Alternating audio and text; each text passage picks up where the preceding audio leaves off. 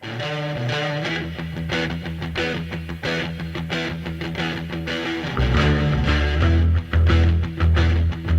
sauc Mārtiņš. Kādreiz labākais draugs atnesis man paštaisīt mašīnu, un paprasīja uztaisīt lietojumu. Tā tas saka. Grūtākais tas, ka jāstrādā cilvēku. Ļoti grūti citreiz cilvēks ir iedomājies, ka kaut kas ir baigi forši. Viņa galvā viņš to ir salicis, bet, kad liek uz lapas, tas nav tik forši. Bet viņš vienalga iedomājas un spītējās, ka tas izskatīsies labi. Tā, ka parasti ir gataviem dizainiem ļoti reti, kad nāk cilvēki. Pārsvarā tas notiek tā, ka atnāk cilvēki.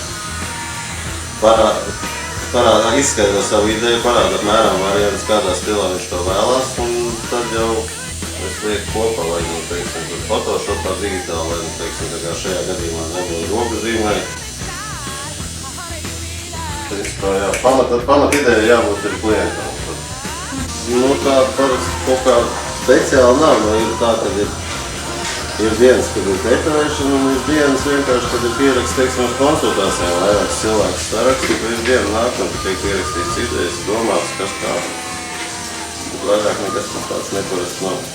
Teiksim, ģimenes locekļu portreti, tas man joprojām liekas sarežģīts.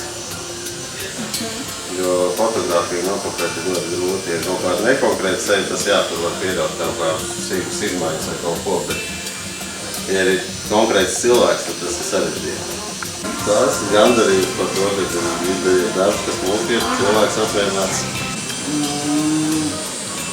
Diviem čaļiem no Anglijas uz pēcpuses dzimumu locekļi. Vīrieši.